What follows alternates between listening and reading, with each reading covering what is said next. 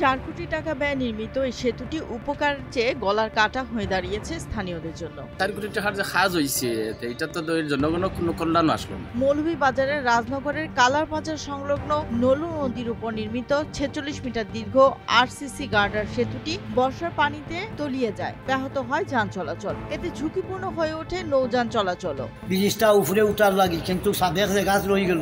তখন আমরা একটা নৌকা চলাচল করার মতন কোনো সম্ভব নাই, আমরা নৌকা সব আটকিয়া বই থাকি। তখন এই ব্রিজটা কিন্তু হয়ে গেছে গিয়ে আর এখন পানির লেভেল, রাস্তার লেভেল। স্থানীয়রা দাবি করেন সেতুটি পরিকল্পিত উচ্চতা অনুযায়ী নির্মিত হয়নি। পানির লেভেল তো অনেক উপরে, এটার লেগে একদম পানির লেভেল হয়ে গেছে। ব্রিজের যে শিডিউলগুলো আছে, ব্রিজের যে নিয়ম আছে সরকারি, এরকম তো হয়েছে বলে আমার মনে হয়। রানী প্রকল্পের আওতায় 2020 সালের 3 মার্চ কাজটি পায় শেরপুরের ঠিকাদারি প্রতিষ্ঠান ধ্রুব মোশাররফ। প্রকল্পে ছিল সংযোগ সড়ক ও একটি কালভার্টও, কিন্তু নির্মাণে অনিয়ম, দেরি ও অব্যবস্থাপনার অভিযোগ তুলেছেন এলাকাবাসী।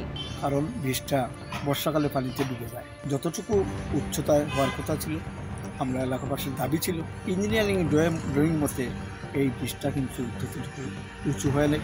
এলজিআরডি নির্বাহী প্রকৌশলী আহমেদ আব্দুল্লাহ দাবি করেন বর্ষার পানি দ্রুত নেমে যাওয়ার সমস্যা হবে না, তবে বাস্তব চিত্র বলছে ভিন্ন কথা। বর্ষার সময় অনেক পানি, বৃষ্টি হলে অনেক পানির ফ্লো আসে, কিছুক্ষণের মধ্যে পানি শুকিয়ে যায়। কাজে এই ব্রিজে কোনো সমস্যা হবে না। প্রায় 4 কোটি টাকা কন্ট্রাক্ট ছিল, ঠিকাদার ছিল ধ্রুব মোশাররফ। ব্রিজ নিচুর ব্যাপারে এলাকাবাসীর পক্ষ থেকে আমাদের কাছে কোনো অভিযোগ আসেনি।